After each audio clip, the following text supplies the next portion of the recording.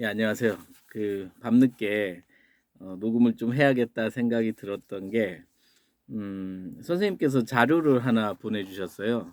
근데 이건 여러분들이 좀, 호기심을 많이 느끼시는 내용이기도 하고, 어, 재밌어 하실 것 같아서, 음, 이걸 꼭 지금 읽어드리고 싶다 이 생각이 먼저 들었습니다. 사실 오늘 오후에 이제 출근할 때 이 책을 봤었어요. 깨어남에서 깨달음까지 아디아샨티 글인데 저도 이 책을 아직 다 보지는 못했습니다. 근데 제가 아는 도반 여러분들께서 이 책을 다 가지고 계신 걸로 알고 있고, 그리고 이제 우리 공부하시는 분 대부분이 이 책을 한 번쯤 접해 보았을 거라 생각합니다. 그 이유 중 하나가 이게 깨어남에서 깨달음까지라는 제목 때문에 '아 내가 지금 어느 상태인가.' 이런 걸 되게 궁금해하지 않을까. 뭐 그런 마음에서 이 책을 되게 많이 보신 걸로 제가 알고 있습니다. 근데 저녁에 우리 박말조 선생님께서 저한테 간략한 그 내용의 글을 보내주셨는데, 사실 이 글이 오히려 이 책 한 권보다 더 명쾌하고 명료하고, 그리고 공부하시는 분들의 어떤 그런 작은 어떤 갈증들, 그런 것들을 더 풀어줄 수 있는 내용인 것 같아서 제가 읽으려고 가져왔습니다. 컴퓨터 상에서 녹음하는 게 음질이 너무 안 좋다는 말씀을 많이 들어서 제가 그냥 이거는 직접 음성으로 한번 해보겠습니다. 혹시 필요하시면, 제가 저번에도 말씀드렸지만 필요하시면 이메일을 그 댓글에 남겨주시면 제가 보내드리겠습니다. 어, 이거 우선 질문이, 깨달음 직후에 느끼는 깨달음에 대한 체감의 정도가 왜 개인마다 다를까요? 선에서 깨달음 직후의 체감 정도가 사람마다 각각 다른 이유는 깨달음 자체보다 그 사람이 지닌 마음의 구조, 습기, 지혜의 깊이, 수행 과정이 서로 다르기 때문이라고 봅니다. 대표적으로 다음과 같은 5가지 정도로 들 수 있습니다. 1번, 근기 차이. 사람마다 타고난 성향과 마음의 민감도가 다릅니다. 어떤 이는 작은 통찰에도 우주가 무너지는 듯한 충격을 느끼고, 어떤 이는 아주 담담합니다. 붓다는 타고난 근기를 풀과 나무에 비유했습니다. 같은 비가 내려도 각각의 크기에 따라 필요한 만큼 흡수한다고 합니다. 또 선사들은 번개처럼 깨닫는 사람과 새벽이 서서히 밝아오듯 깨닫는 사람으로 비유하기도 합니다.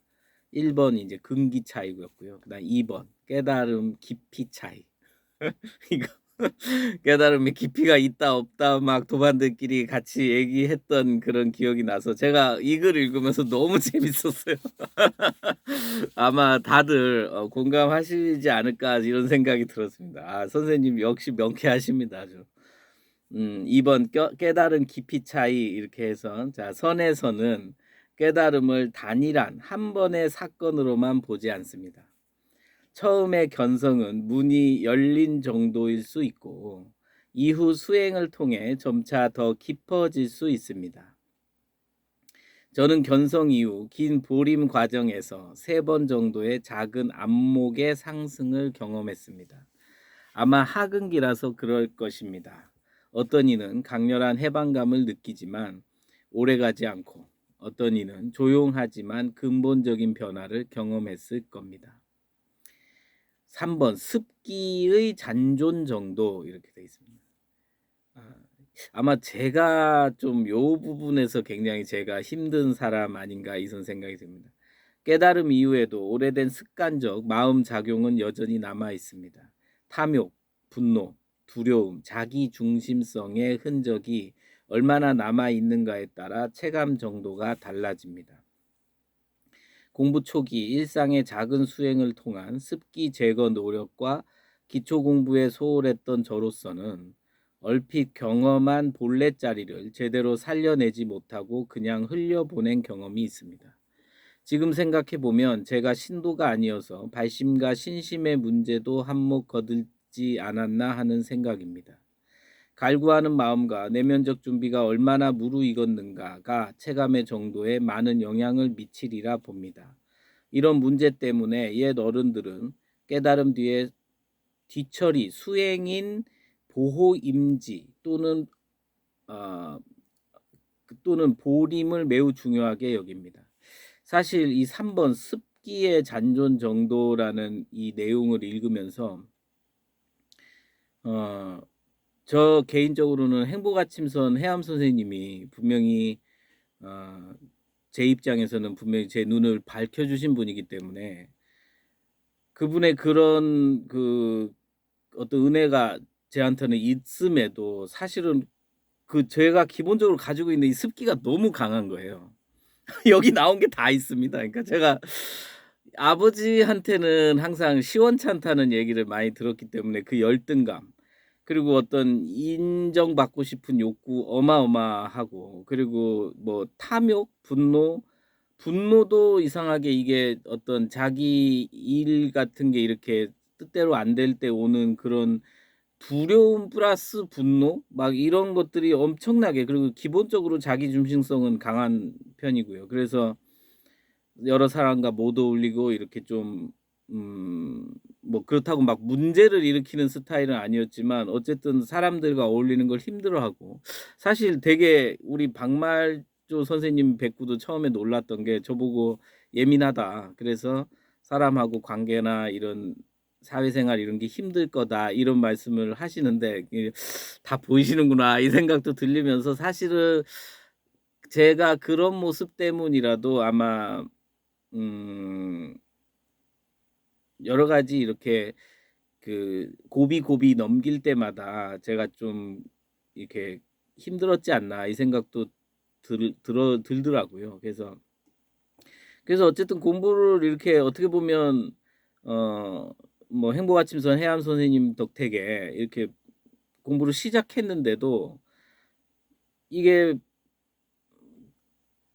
되게 힘들었었어요. 오히려 더 그런 것 때문에도 더 힘들더라고요. 이게 공부를 하는 사람 입장에서 이렇게 여기까지 이렇게 해 줬는데도 이게 '내가 앞으로 못 나가나.' 이런 어떤 자괴감이 컸습니다, 사실은. 근데 우연찮게 이렇게 우리 박말조 선생님 또 뵈면서 제가 정말 저는 그 박말조 선생님 말씀하신 그 기초 공부에 대해서 정말 뼈저리게 느끼고 있거든요. 그리고 지금 선생님이 이렇게 말씀해 주신 요 부분이, 그러니까 내면적 준비가 얼마나 무르익었는가가 이게 여기서 이제 선생님 말씀하신 체감의 정도도 있겠지만, 저 같은 경우는 그 내면적 준비라는 게 너무나 형편없구나. 그러니까 기본적으로 가지고 있는 그 성향 같은 게 이게 너무 습기가 너무 강하구나라는 생각을 정말 많이 하게 됐습니다. 그래서 지금 아마 우리 박마초 선생님 뵈면서 제가 공부하는 게 사실은 굉장히 도움도 많이 되지만, 제가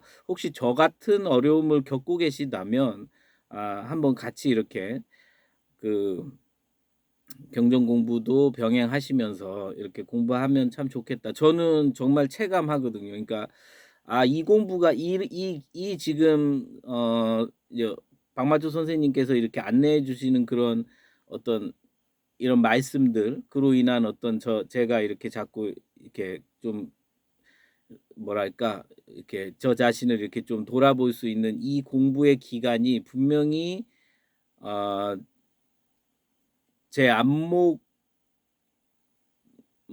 플러스, 그러니까 플러스라는 하는 게 참, 이게 이런 얘기하면 이 공부는 좀 여러 가지 의견이 너무 이게 좀 많아서 뭐 좀 그렇지만, 어쨌든 제 생각에는 분명히 제가 뭐 이제 어떤 우리가 흔히 말하는 뭐 그 견해에 더 이렇게 그걸 체감할 수 있는 어떤 저 나름대로의 그 습기의 제거가 반드시 저는 필요한 과정이구나 이 생각이 들면서 지금 어 그러한 길을 가고 있다는 거에 굉장히 어떤 마음에 어떤 힘이 생깁니다.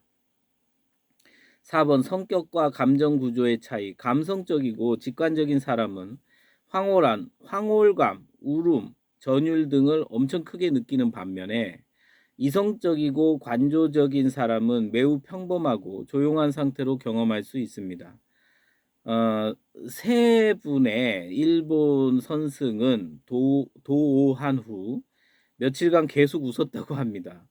며칠 전 홍제님이 질문하신 사항인데 깨달음이 반드시 강렬한 신비 체험으로 나타나는 것은 아닙니다. 아쉽지만 저는 특별한 신비 체험을 하지 못했습니다. 단지 수십 년을 잘못된 방식으로 살았다는 순간적인 후회가 한꺼번에 밀려왔고 무거운 짐을 벗어 던진 듯한 정신적 가벼워짐은 있었습니다. 5번 기대와 관념의 영향. 깨달으면 엄청난 상태가 와야 한다는 기대가 강할수록 실제 체감과의 차이에서 혼란을 겪기도 합니다. 반대로 큰 기대 없이 수행한 사람은 아주 평범한 일상 속에서 깊은 자유를 느끼기도 합니다. 선사들이 자주 강조한 것은 깨달음의 체험 강도보다 집착이 실제로 줄었는가입니다. 저도 정말 그거에 공감합니다. 그러니까 기본적으로 이렇게 나 자신을 계속 중심으로 두고 모든 것을 이렇게 소화하는 이런 개체적 자아를 중심으로 두고 소화하는 그 습관이 그것이 가장 모든 고통을 초래한다라는 그게 굉장히 강한 공감을 느끼고 있던 차입니다.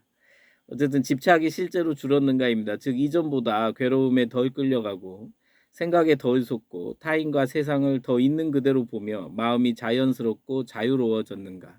이것이 더 중요한 기준이라는 것입니다. 그래서 선에서는 종종 이렇게 말합니다. 이거 아주 핵심입니다. 크게 깨달았다고 떠들수록 아직 멀었고 평범해질수록 도에 가깝다. 다시 한번 읽겠습니다. 크게 깨달았다고 떠들수록 아직 멀었고 평범해질수록 도에 가깝다. 여기 말씀 진짜 좋습니다. 결론적으로 본래 자리는 일반 의식으로는 도달할 수 없는 자리이긴 하지만 그것을 체감하는 일은 여전히 우리의 일반 의식의 영역에서 하는 일입니다. 제가 누누이 말씀드리지만 이 방편, 이 자리라는 것도 방편입니다. 그러니까 거기에 절대 속을 필요가 없겠죠. 수행자의 수행량과 습기의 정도에 따라 직후에 오는 체감의 정도는 수행자마다 다를 수밖에 없다고 봅니다.